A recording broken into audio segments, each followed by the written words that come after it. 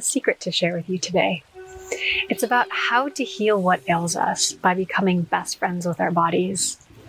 Have you ever felt like your body is your enemy?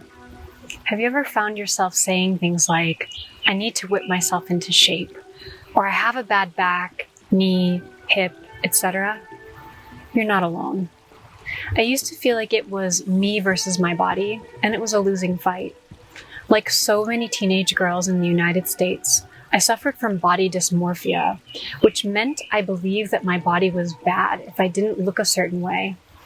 So I over-exercised to try to force my body to conform to the way I thought it was supposed to look if I wanted to be loved and accepted.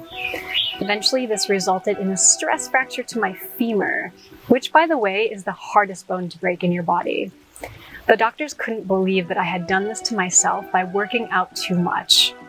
So there I was, struggling through the summer of my 17th year on crutches, and the only exercise I could do to keep myself from slipping into a depression was yoga. But I instinctively sensed that yoga was not just another workout. I felt calmer and more present after my classes, in a way that was different from the endorphin rush I used to chase. Fast forward to my post-college years, when I began training as a yoga instructor and as a practitioner of a powerful type of holistic body work called Rolfing, which I now practice full-time. 10 minutes into my first Rolfing session, I felt like I could take the deepest breath of my life. I received 10 Rolfing sessions which realigned and reawakened my entire body in ways I had not even known were possible. Over the years of my own healing journey, and as a professional helping others to feel great in their bodies, I've discovered that the secret to healing what ails us lies in fully re-inhabiting every square inch of our bodies, like we did before we were taught to live only in our heads and only notice the body when something goes wrong.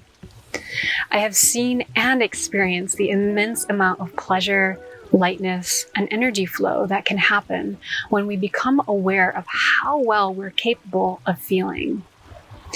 We have the option of reframing that which we habitually label as pain or inconvenient emotion as information from the body about what is or is not optimal for our organism. Our bodies could be relaying information about anything in our lives, from the foods we eat to the relationships we engage in to the job we have. So here's my secret.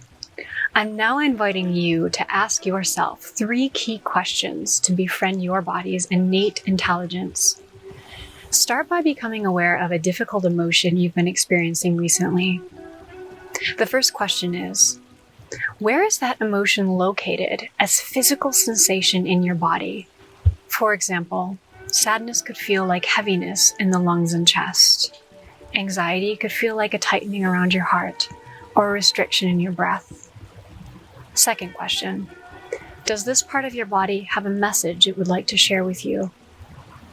Get quiet and notice what comes up.